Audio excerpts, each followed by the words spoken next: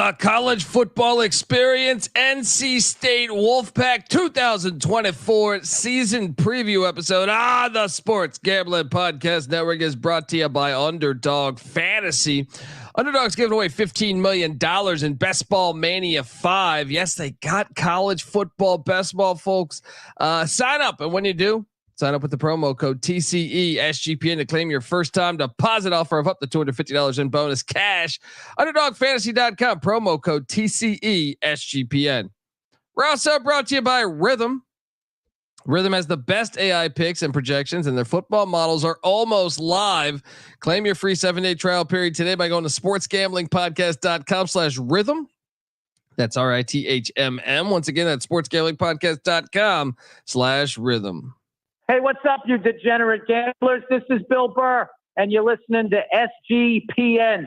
Let it ride, baby.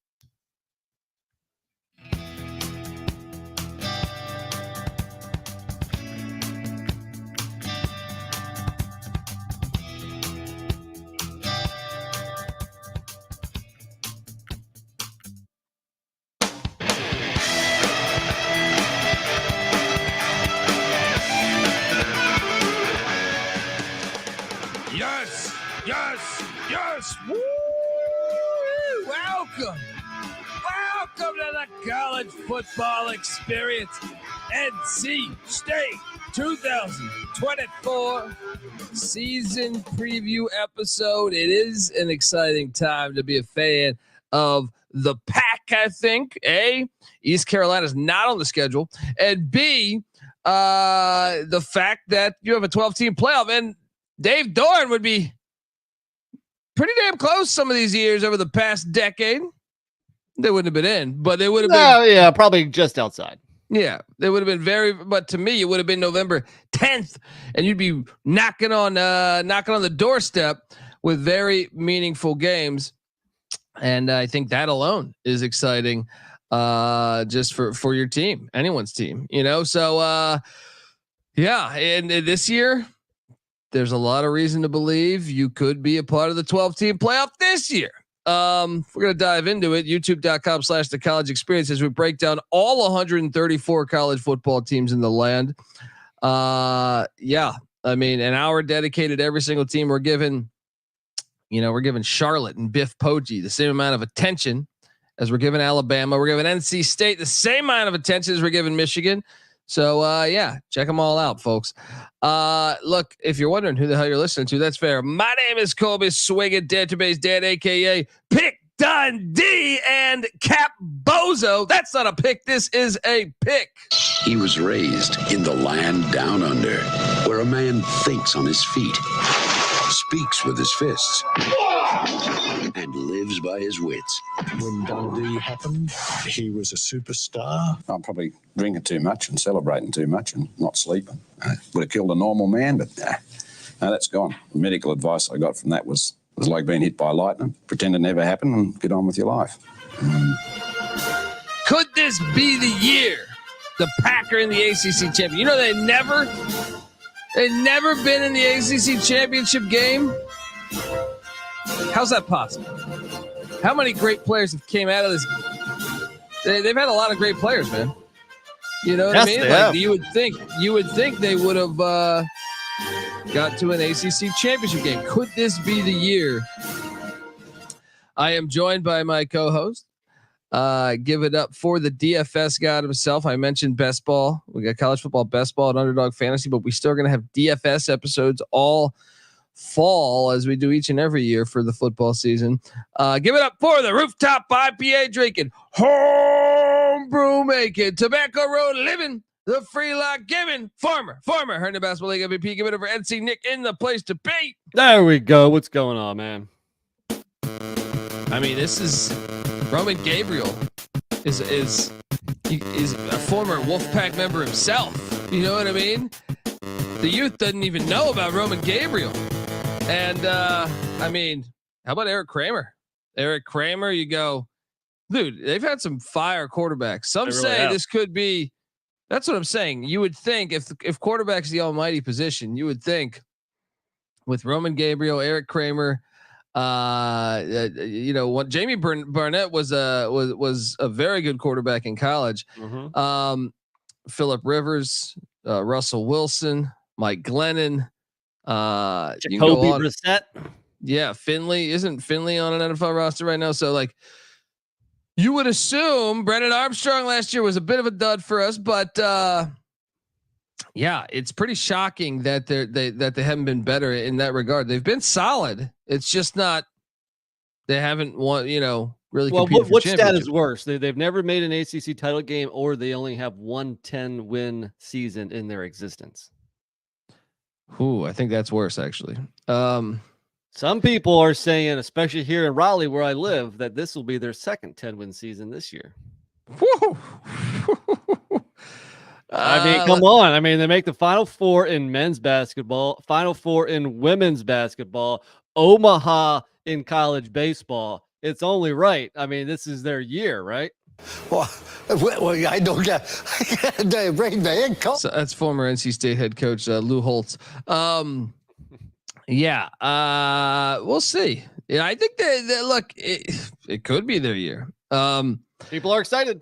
Yeah. Look, folks, we're going to talk more about the coaching, the offense, the defense, the special teams, the portal, game by game on the schedule. But before we do that, I want to tell you are listening to the College Football Experience, part of the Sports Gambling Podcast Network.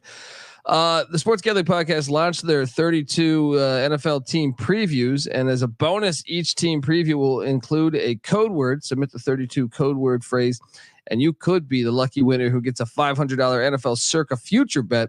Subscribe wherever you get your podcast and the SGPN app, which is free to download in the App Store and Google Play Store. So grab that thing today and let it ride.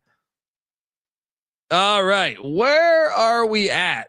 Well, hold on. Let's test your trivia first. Since we mentioned their 1 10-win season, can you name who the coach was that led him to that? If you don't, Chuck Amato. 2002, Chuck Amato. Yep, that was it. Good call.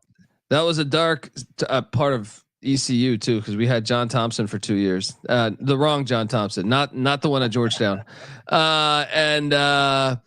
that it was a very interesting time because they're like, let's go hire the Florida DC under Spurrier, and it was like, what do you mean?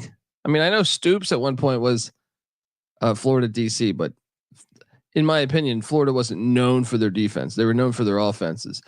And it was a 2-year run for John Thompson in Greenville. Got the hell out of there. And Skip Holtz came in and we went back to our winning ways. But Chuck Amato, I actually at one point thought he was going to turn the corner at NC State. That was his 3rd year when he hit 11 wins. And yeah, I mean, after that year, you thought that really the sky was the limit, but momentum slowed and eventually things got a little stale with Amato. And that's when they went to Tom O'Brien. O'Brien was solid in his, I'm guessing, like 7 or 8 years there.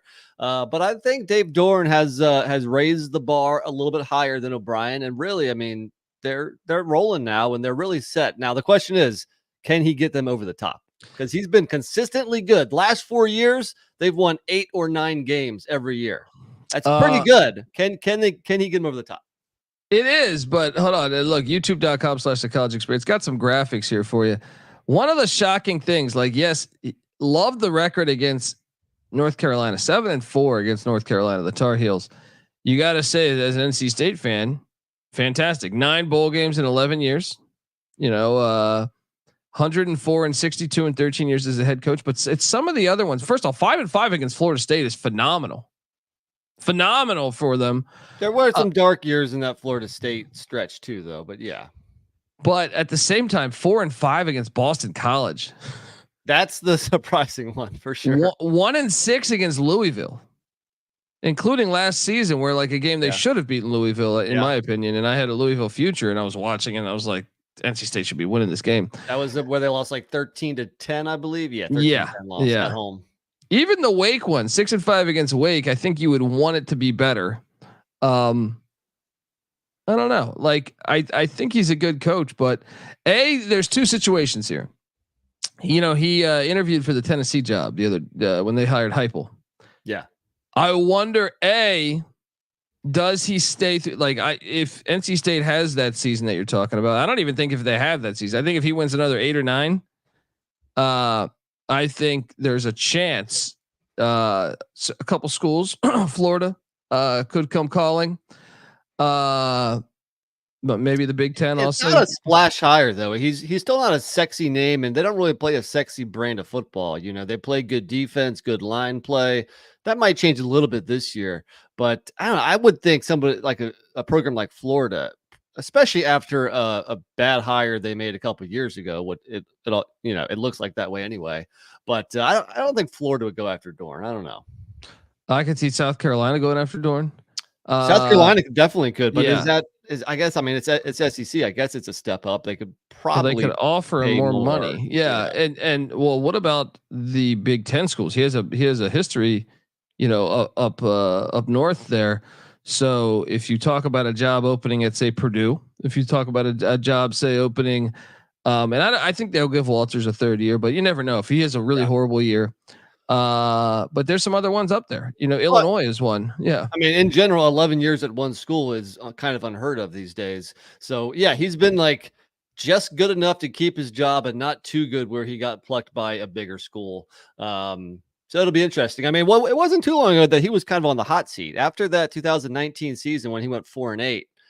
People in Raleigh were starting to call for his name, but he's rebounded since then and had 4 really good years. So I don't know. It'll be interesting to see what they do this year and to see what Doeren's future is. I mean, what's the best thing there though? It's Florida State or North Carolina, right? I'm sorry. Oh, as far as the on the records? screen, like, yeah. and I look, there's other stats too that I have. I thought those ones were the most profound. I think so, and especially I think the North Carolina was maybe even more important around here just due to the rivalry. But yeah, I mean, 5-5 against Florida State, that's pretty impressive. Yeah, I agree. I was kind of taken back by the Florida State number. The Carolina one, I thought he had the lead in. I didn't know it was 7-4. I thought it was going to be more like 6-5. But well, I can tell you against Carolina, NC State's won 3 games in a row. And I know our Tar Heel fans aren't going to like this, but the last 5 games in Chapel Hill, NC State's 4-1. Woo! But the Louisville one is shocking to me, and the Boston College one is shocking to me. I didn't think those would be like that. Louisville, I mean, I thought they'd have a losing record maybe against Louisville, but not 1-6. It's not like Louisville's been that much better of a program than NC State. They've been about on the same tier, so that one is surprising. That's the most surprising graphic right there. Is that 1-6 versus Louisville? Well, the good news is there's no Louisville on the schedule this year.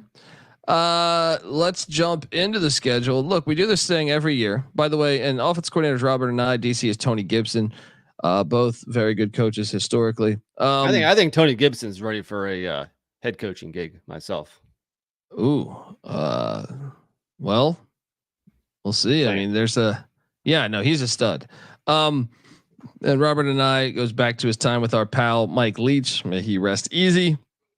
But look, we do this thing where we every Power 5 team we what's the worst loss in the turn of the century?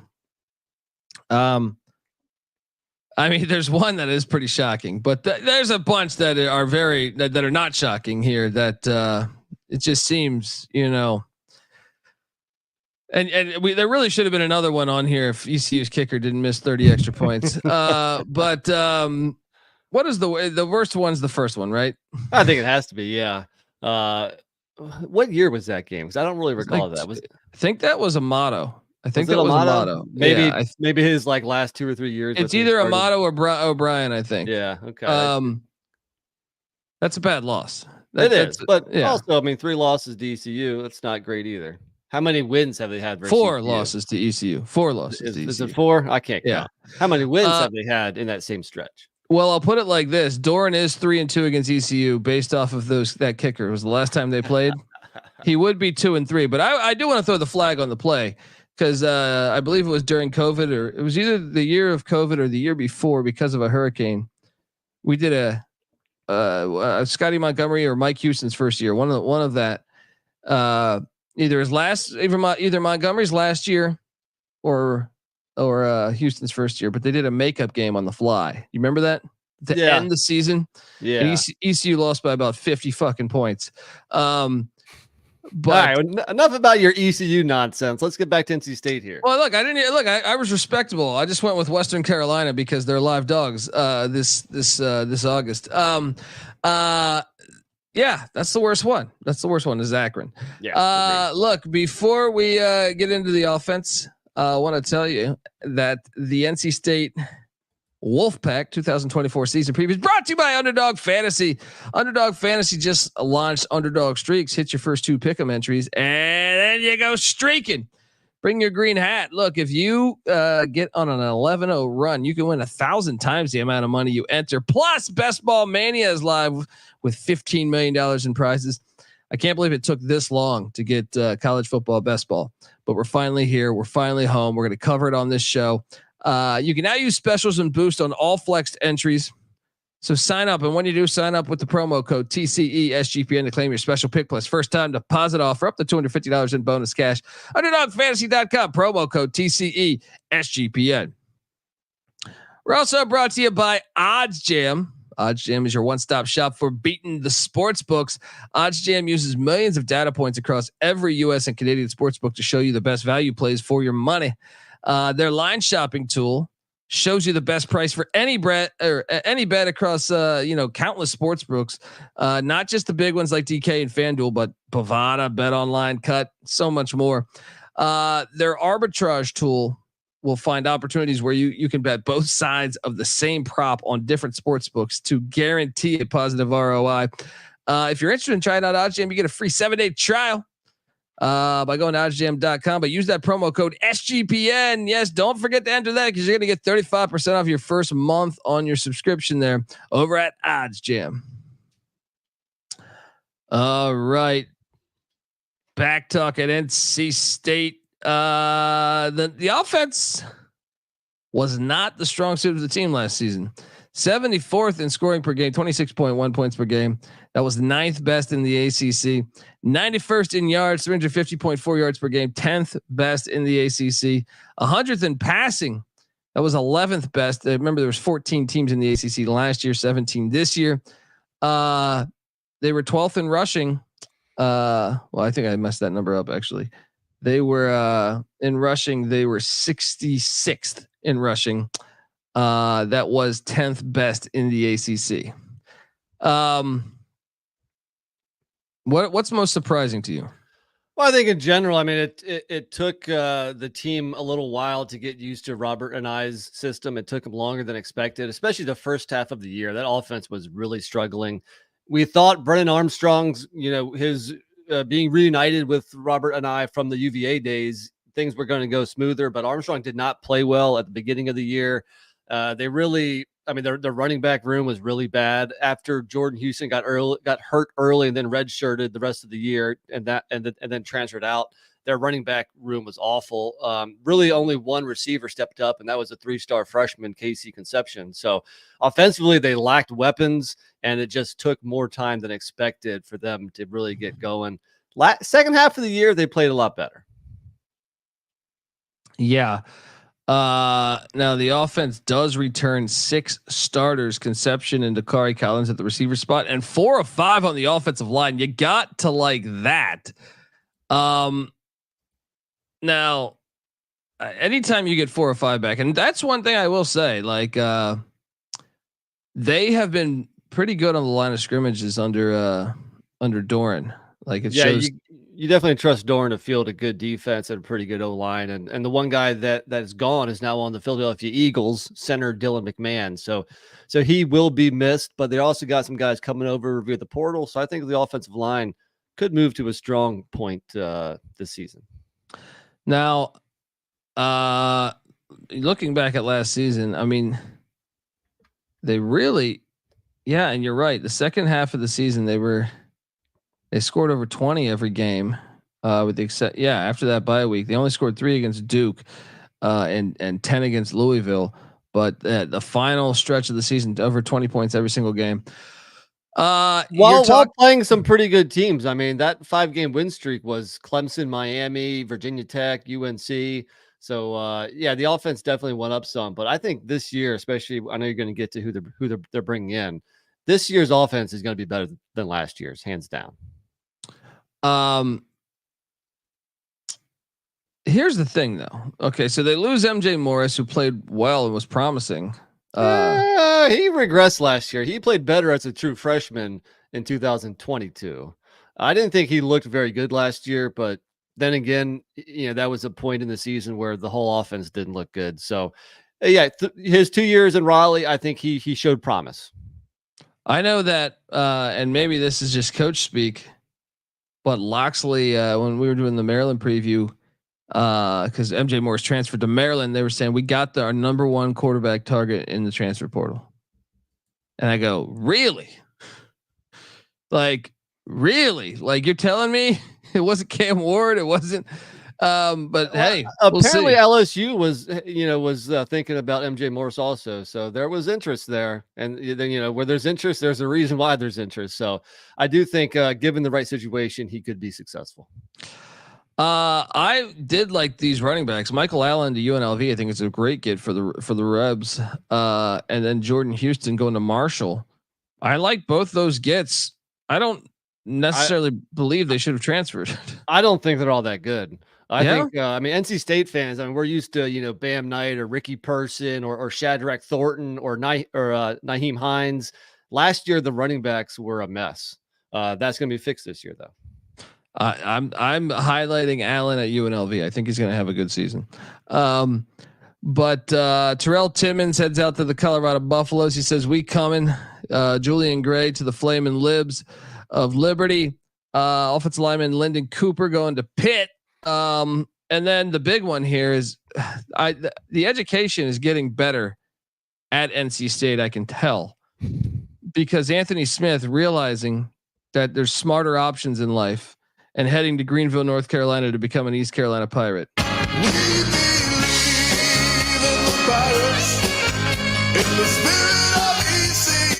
Now, enjoy those 2 catches he had last year. Well, I would open him with, I would say, buddy, you're always, you're making a great decision, first off, for your future. But at the same time, we don't want that shit here. All right. Get your ass back to the pussy pack. All right. But no. So you don't think that they got hit very, very much? No, not really. Okay. Especially, bringing in, they're bringing in their starting quarterback. Obviously, they chose to go. They basically benched MJ Morris last year and brought Brennan Armstrong back in to start. And that was, I think, the final straw. At that point, Morris decided that he wanted out, and I don't even think he even dressed the second half of the last few games of the year. So I think bringing in Grayson McCall, I think you're happy with the quarterback switch, and the rest of the players are pretty much reserves. Yeah. You brought in Grayson McCall. You brought in Jordan Waters from Duke, Hollywood Smothers from Oklahoma. I will say this: you definitely brought in some. Is the NIL collective rolling at NC State, because this is a very good transfer portal class. Like Rogers at Ohio State, any receiver at Ohio State's a good player. Grimes from Wake Forest, Joly from UConn. Carell's supposed to start from Notre Dame coming in. He started at Notre Dame. He had like 30 career starts at Notre Dame. So yeah, plug him in right away. That's what I'm saying. Now I will say this: is there value to just taking a one and done transfer quarterback every year? Is that I don't know that is the answer. Yeah, no, I hear you. That rent a quarterback thing. I like teams that can go out and get a quarterback in the portal who's maybe there for 2 years. That way he has that year 2 under the same system with the offensive coordinator. So you would have liked to see that, but at the same time, you're getting a 6-year senior. So you're getting an old dude with a ton of experience. In the Sun Belt, his completion percentage was damn near 70% for his career. He's got over 10,000 passing yards, 88 total touchdowns. You're getting a guy who has produced and played at a very high level, even if just for 1 year.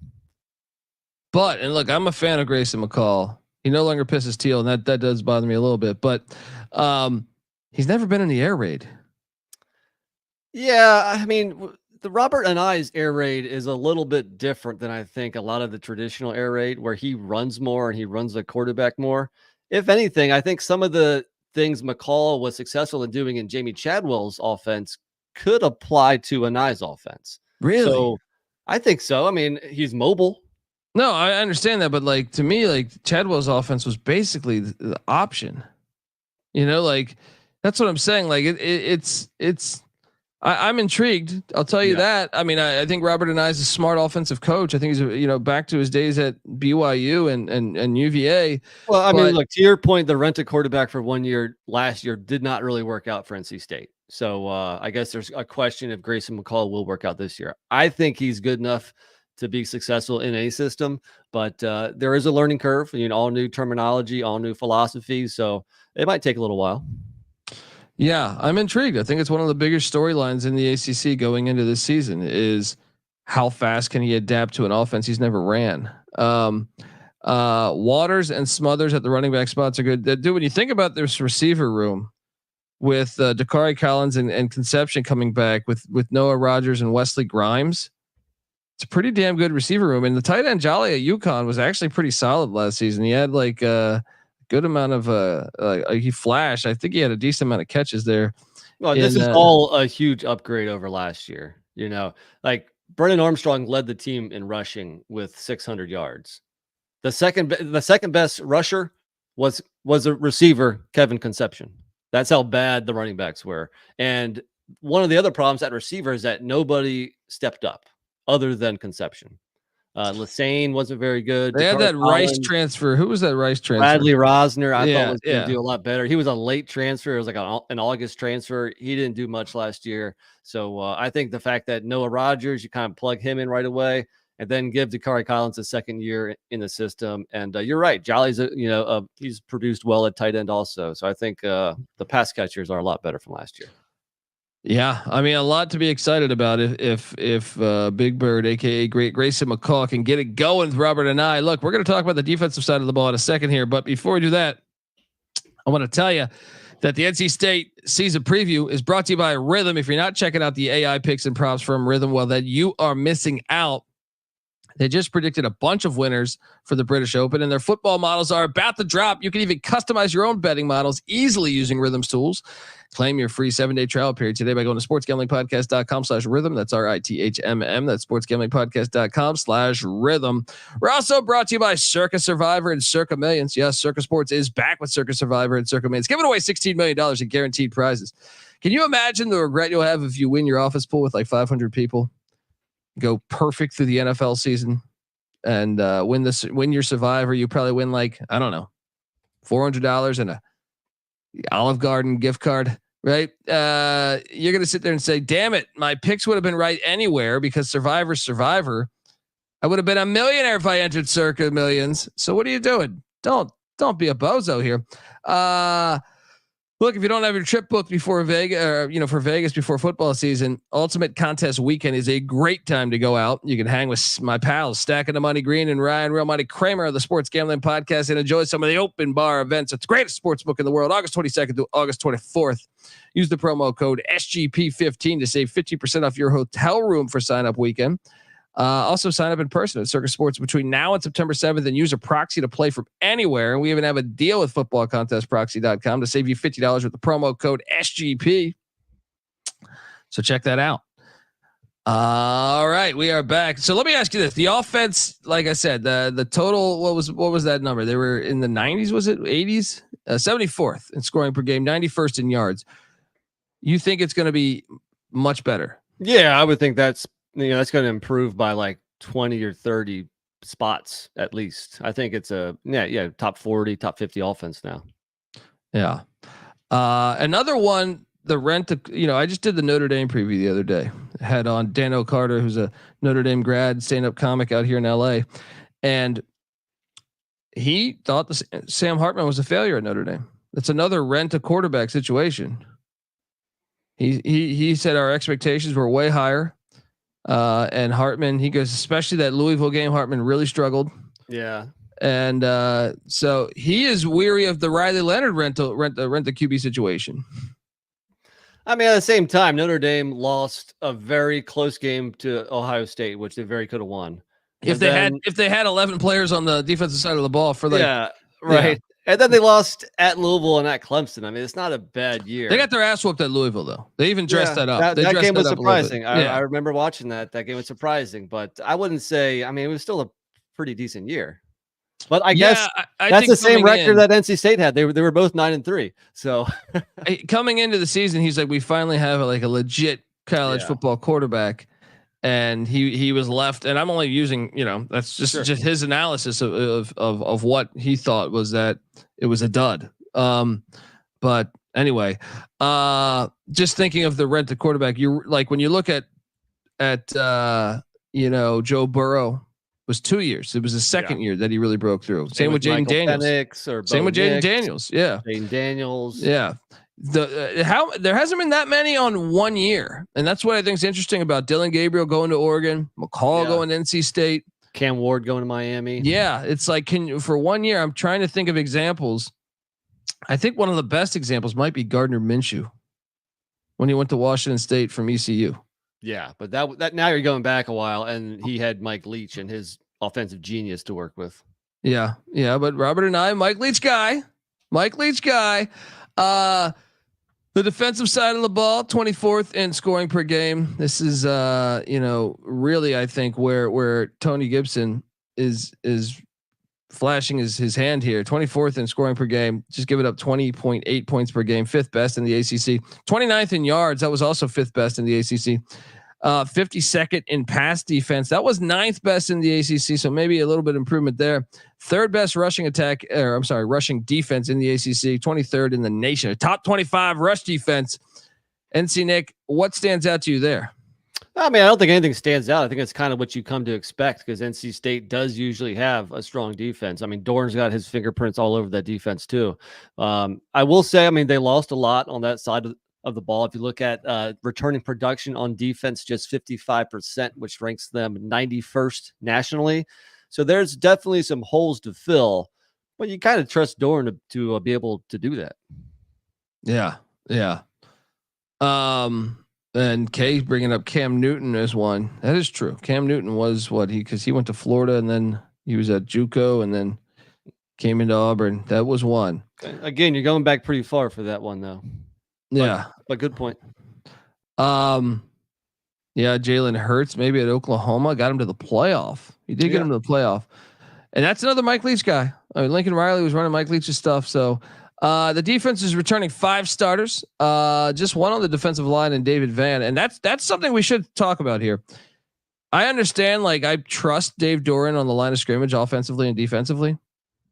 But I do wonder if you can mimic those rushing stats defensively with only one returning starter on the D line. Not to correct you, but it's Davin Van, Davin, and he was actually. Did I fuck this up? Yeah, okay. I was doing these graphics at 2 a.m, so it makes sense. He was actually thinking about going pro, so his return is huge. Especially with CJ Clark transferring out and Savion Jackson graduating. So, I agree, though. Only one on the D-line back. It's kind of questionable. Only one of the linebacking core, too, with Devin Betty. And 3 in the secondary, though. And the secondary, was one of the weaker unit out of the defense last season. Yeah. But look at linebacker real quick. Peyton Wilson. I mean, the Bednarik Award winner. One of my favorite linebackers to watch across the whole country for the last 5 or 6 years. He was in college for a long time. He's now a Pittsburgh Steeler, but yes, he will be missed big time, as will Jalen Scott, who was 3rd all ACC team last year. So again, another position where there's holes to fill. And Caden Fordham, you could argue, right? Because he played some games. He played a decent amount, I think. But in the portal, they lost. Now, how about this, though? Your D-line, CJ Clark going to the Hurricanes. Is that a bad thing? Yeah. I think NC State would have definitely preferred Clark to stay home. Especially with, like I said, with Jackson graduating, that's a big loss. Nick Campbell heading out to App State. And what is up with Dave Doeren and NC State listening to the ACC and canceling their series against App State? What's up with that? It's unfortunate, but it's also smart. Right now, the ACC and the Big 12 are the only conferences that still play G5 on the road. And we love those games, but you don't see the SEC doing it. You don't see the Big 10 doing it. So you're really putting your teams at a disadvantage. I hate to what's say going it. I on hate with the that fact state they law? did it. Well, college football is better when you're getting that. I don't give a shit about the SEC or Big Ten. And First off, I don't know if that state law passed yet. I got to do some research on that. I don't think it has. There's a state law in North Carolina basically saying that all the public universities that play Division I football have to schedule each other a certain amount of times, and also home and away. I think home and away too. Linebacker TK Wright heads out to Temple. How about the safety Jakeem Harris going to North Carolina? Is anything sacred anymore? I swear. Yeah, Clark's the big one there. They brought in Chaz Wallace from Colorado's defensive line. Now, I don't know why you would want to go get anyone on Colorado's defensive line from last season, but maybe Dave Doeren can coach him up. But the big ones here are the Coley brothers from Maryland, Tamarcus and Corey Coley. Those were hits from Maryland when I had the Maryland preview. Jahad Carter's an interesting one too, because he had a monster year 2 years ago at Syracuse. Then he transferred into Ohio State. They were super excited for him. And as when I did the Ohio State preview, the Ohio State of Mind podcast, I was a guest on their podcast. They were saying, but he had a hard time seeing the field in Columbus. They also bring in Donovan Kaufman from Auburn and Kerry Martin from the Akron Zips. Also, I guess I skipped over Devin Marshall from Villanova. Villanova keeps a good program. They really tried to bolster that secondary. And one thing that you did mention was one of the returning starters, safety Sean Brown. He's actually getting moved to linebacker this year. So both safety positions were open, which is why you're seeing them attack that in the portal. It was an area of need. Our guy, Phil Steele, has NC State as a top 15 secondary. So it sure looks like this year the strong suit is going to be the DBs, whereas last year that was probably their weakest unit on that side of the ball. And shout out to Phil Steele. He's I think about a week from now, we'll have him on the show. But yeah, we'll see. I mean, the defense, but here, do you think the defensive numbers will be better this year than a season ago? They have a lot of holes to fill and a lot of, like losing Peyton Wilson, the captain of the team, let alone the defense. I think the defense might not quite be as good as last year. Yeah. Well, let's talk about this win total. 6.5. That's not disrespect. Right. That's not right. It's 8.5. Really? Yeah. Am I going fucking insane here?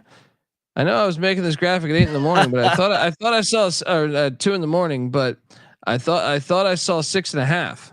I think your eyes might have been getting a little tired there. It's certainly at 8.5. Son of a bitch. How do I? Anyway, okay. I'm trying to quickly pull that up. You're 100% on that. I know. And wait, the over at 120, the under at minus 150. When I saw earlier today, the over was at minus 130, and on DK at plus 110. Yeah. Yeah, I mean that can fluctuate a little bit, but yeah. So if anything, Vegas. Oh, you're right. I see it right now. DK minus 130. Yeah, I don't know how the hell I saw 6.5 because in my mind I was like, oh, this is a lock, right? Take the over. If it was at 6.5, I would have bet a lot of money on that. Yeah, my bad. My bad. So if anything, Vegas thinks it's a little more likely they'll be 9-3 as opposed to 8-4. They're plus 700 to win the ACC championship. I feel like I got to check all my fucking numbers now. They are plus 500 to make the 12-team playoff, plus 13,000 there to win the national championship. Well, fuck. I mean, at 9.5, 8.5. Oh, 8.5. Yeah. I don't know. This changes everything to me. Let's look at the schedule. Week 1, the Catamounts of Western Carolina. Shout out to Weehawk. Come to town. Watch out, Kerwin Bell, old Florida Gator quarterback. He's got the Catamounts playing. They should have made the FCS playoffs so they didn't choke in the final game of the season last year. Yeah, well, they've come a long way in a pretty short period of time. They were pretty shitty, 4 or 5 years ago? Yeah. So he's a good coach, man. Yeah, the Western Carolina has gotten a lot better, but they ain't ready to come into Raleigh and give NC State a game. So his son was the OC at Western Carolina. He's now Pitt's OC. Yeah. Pitt hired him this offseason. Not sure if that's good for your career. That's true. But yeah, I didn't get the memo that that our Deucey, where offensive coordinators go to die. Yeah. Notice Mark Whipple still hasn't been hired again. It's like what? The guy was great. I got a 1-0, and then comes the big one in Charlotte. Wish this was on campus instead of a neutral site game. The Tennessee Volunteers and Josh Heupel come to town. Been a lot of debate on like what kind of mix the crowd is going to be. This will be 50-50, I think. I actually think it's going to be a little bit in Tennessee's favor. Yeah, I was about to say Tennessee will travel anywhere, dude. Yeah, and Tennessee, I mean, they're the only show in town. Like the whole state loves Tennessee. Meanwhile, in North Carolina, all the fans are divided between a few schools. So I think it's going to be more like, maybe 55-45, 60-40, but it'll be pretty close anyway. Dude, I got this as a loss, but I mean, it wouldn't shock me if NC State won the game, but I favor Tennessee. NC State, they just, not only NC State, the ACC's had a knack of losing this game. The ACC had a pretty good record against the SEC. They did. SEC last year. They did. But the game, and you know what I'm talking about, the neutral site games in Charlotte, I feel like they always lose. Well, 2 years ago, UNC beat South Carolina. But you're right. They do typically lose this one. I'm going to give it to Tennessee also. Then great schedule here because La Tech, I think, might be the worst FBS. This will be a dominating performance against Sonny Cumbie and Louisiana Tech. Perfect bounce back spot before your trip to Clemson next week. 2-1, and then you head to Clemson. Doeren is just like anyone else in the ACC struggled. He's 2-8 against Clemson. Did get him last year though. They've won 2 out of the last 3, but both of those were in Raleigh. Yeah, I'm taking Clemson here. So 2-2. Yeah, Clemson's won 9 in a row, and this is really prove it to me, NC State. Win one of these 2 games. I think the season kind of hinges on winning one of these 2 games. It's gonna be tough. I mean, Tennessee is top 20 ranked or something. Yeah, I like Tennessee to go to the playoffs this year. Yeah, I mean Clemson. Clemson's going to win at least 8 or 9 games every year. So I got to go Clemson too. So you're 2-2, and but really, I mean, if NC State can get one of those, they're in a pretty nice spot to really potentially do some damage. And then they get Northern Illinois. Watch out! All right, Dave Doeren's old stomping grounds. Northern Illinois the past 2 years has 2-0 against the ACC. they beat Boston College at Boston College last year, and then they beat Georgia Tech at Georgia Tech the year before. Unbelievable. Apparently, if ACC is looking at expanding, they need to add Northern Illinois. Look at the call. All right, you got to strike into the Big Ten country. They're trying to come down there. Come on, let's do this. Then, I mean, I got them beating Northern Illinois, but I will say if they were to upset Clemson, that could potentially be a sneaky game if they're smelling themselves a little bit. It could come out flat a little bit, sure, but got to go State here. Then Dave Clawson and Wake Forest come to town. Wake Forest doesn't win in Raleigh. Over the last 18 games in Carter Finley against Wake Forest, NC State is 17-1. In Carter Finley, okay. Because I'm like, wait a second, he's 6-5 against Wake, so all the 5 of those losses are the reverse is usually true. Also, NC State rarely wins in Winston-Salem. All right, fuck it, give me a win then. Yeah. That will put them at 4-2. Then they're home to Syracuse. He is 7-3 all time against Syracuse. Win. Yeah, agreed. I think Syracuse is promising this year, but talk about a lot of new pieces. We're not. They're a wild card, but at home, give it to State. When I go through Syracuse's schedule, it's like that's their only to me for sure loss. But Syracuse on paper is actually much better than they've ever been to me. Since Donovan McNabb. On now paper, the question: can Fran Brown coach? Yeah, never seen him coach a game. But guess what? Now you head to Berkeley, California. And I think this is a loss going to Cal Memorial Stadium. I think Cal just did the Cal preview. Go listen to that. I'm actually very bullish on Cal's roster this year. I think this is the best roster since Jeff Tedford's teams back in 2008 or 9. So now once again, they're doing the rent a quarterback thing too. So we'll see if that works out. They have Mendoza, who played for them last season, but they're going for Chandler Rogers, the North Texas starting quarterback. We'll see if that works out, but I just think Cal is a very good roster this year. I think kind of interesting too, because I don't think Chandler Rogers ever like overly impressed me at North Texas.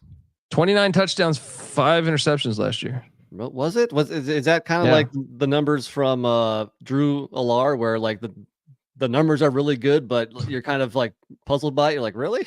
Well, I don't think North Texas had a problem on offense. They had a problem on defense. They couldn't stop anybody. I guess I didn't follow him that closely last year, so maybe I'm in the wrong there. Well, they still have Mendoza, who started a few games too, and they also brought in the backup from Ohio. That when Rourke got injured, CJ Harris. Yeah. Okay. But dude, I got Cal beating them. Well, I'll say that there's a 2 or 3 tricky road trips in the second half of NC State's schedule, and I do have NC State dropping one of them, and I agree, it'll be the Cal one. I just think Cal's roster is way more talented than I thought it was. Obviously, it's a long trip. There's no familiarity between the two programs. I think this is especially if State's won 3 in a row at least, if not more, coming into it. Tricky. I don't think it's a game they get up for either. Yeah. All right, then they get a bye week. So what do we got them at? The first bye week we got them at what's that? Is it 5-3? Yeah, with 4 games to go, I have them at 5-3. All right, they come back and they take on Stanford. You got to like the fact they get Stanford here at home, and the uniforms look very similar. But win. Yeah, I think so. I think they're a better team, and they're at home 6-3. Then they're home to Duke. Same thing. You would tend to like to get Duke earlier in the year with the brand new head coach, but whatever. True. This is a game. This is revenge from last year where Duke really whipped NC State. A lot of those players remember that. I think they come out here and beat Duke. Agreed. So that puts them at 7-3. They get their second bye week on November 16th, and then they have a short week, a Thursday night in Atlanta, Bobby Dodd Stadium. I'm going to say this. Between at Georgia Tech and at North Carolina, they're losing another game. I tend to think it's going to be the Georgia Tech game, but it could be the Carolina game. For me, I have them beating UNC to close out the year and to close out Mac Brown's career. For me, I had them losing one of the 2 games, either at Cal or at Georgia Tech. I gave the Cal game as a loss, so I'm going to say they beat Georgia Tech, close out the year strong with 2 wins, and go 9-3. I think 8-4. I think there's a chance they lose both of them and go 7-5. But I'll say this. So if they go 7-5, then you don't have them winning anything on the road this year.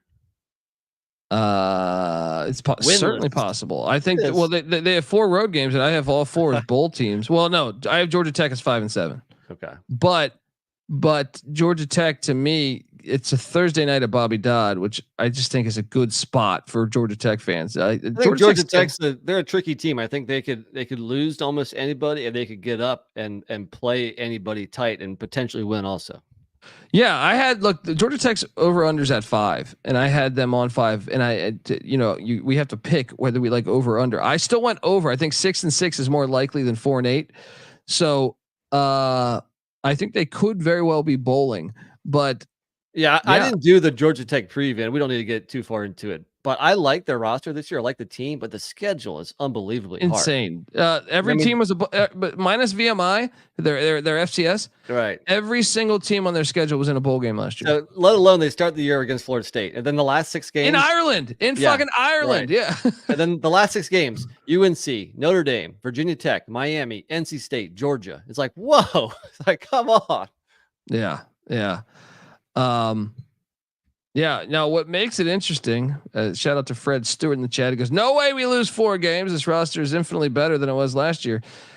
I mean, I just feel like, well, here's the thing. If you lose to Tennessee, who cares in a way? I mean, yes, you want to win that game to make the playoffs, but I'm saying, like, if you lose 2 or 3, I think there's a chance a 3-loss team could be in the ACC championship. Yeah, especially if one of them is Tennessee, in the non-con, then you're looking at 6-2 in league play. That could certainly be good enough for ACC championship berth. Yeah, That's exactly what I have. Also, I have them at 9-3. I mean, if you're an NC State fan, which I think Fred is, there is reason to believe that you could do better than that. I get it. I understand where State fans are coming from, but for me, it's almost like prove it first. NC State's been a little bit of a program where when they have high expectations, usually they fall a little short. Maybe that changes this year. We'll see. I just want to emphasize how huge that Clemson game is, because when you think about, even with my projection of them going 8-4, if they are able to steal one game that I'm not seeing, and I mainly the Clemson one, because that's who they're going to be battling with to get in the ACC championship, where an auto bid's on the line this year. Right. There's a chance it could be Cal, but I don't think so. Like Cal's schedule's challenging, but to me, I think North Carolina could be in that mix too. Like I just did these idiots that did the 12-team playoff, they concocted this model back in 2017 and 18, right? Jack Swarbeck, and that was based on college football with 10 to 12 team conferences and 14. Now that you have these gigantic conferences, I think there's a decent shot that that Clemson and Florida State are the best two teams in the ACC, but none of them make the ACC championship because you have schedules like this. Like I previewed North Carolina the other day, and State fans don't want to hear this, but I'm like, dude, they only play 3 bowl teams in my mind, right? That's a great schedule for me. Like if Mac Brown, if this was ever the year to do this, it would be this year. Now, obviously Mac Brown, they'll lose to a random Virginia team or something. But my point is that I feel like whether it's NC State, Louisville, I did the Louisville preview. I think Louisville's only going to have 1 ACC loss. So I think they're going to be in the ACC championship, right? The question is who's the second? Who's the second team they're going to be playing?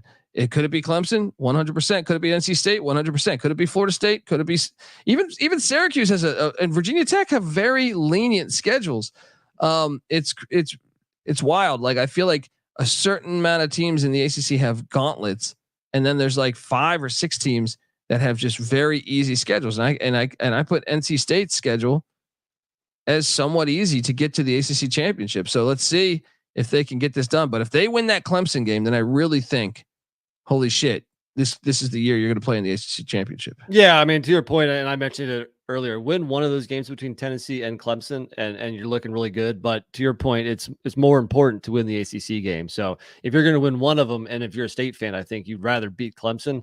But either way, I think if you win one of those games, then I think this could be your second, 10-win season of your existence. Well, and to play for a championship where you have an auto bid to the 12-team playoff would be absolutely gigantic. It's going to be fascinating. Does DJ Burns play any football? Can we line him up at the defensive tackle position? Tight end, man. You saw what Antonio Gates and Tony Gonzalez turned into.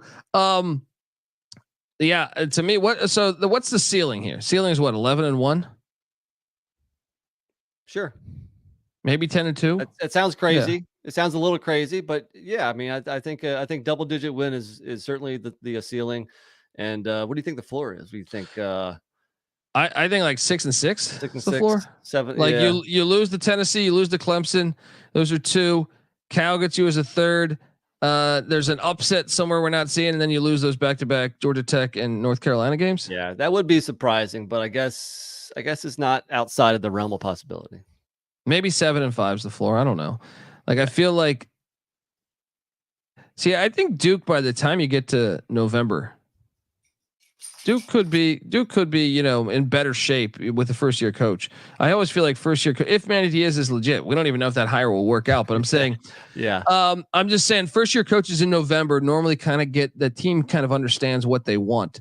And that's when, I feel like they can not just Duke, any first year coach can upset some teams. Right. I infamously remember Jim Harbaugh when they were 42-point dogs against USC. Remember? Mm-hmm. They turned the corner late in the year on that. Yeah, I don't know. I'll go under. I'm going over 9-3, 8-4. Is this a lock of yours? It's close to that line. I feel pretty good about 9-3, but I don't know if I go so far as say a lock yet. We'll see. TBD. I mean, there's no Florida State on the schedule. There's no Louisville. He has a terrible track. You almost want Florida State with him being 5-5 though. Last year they also drew Notre Dame.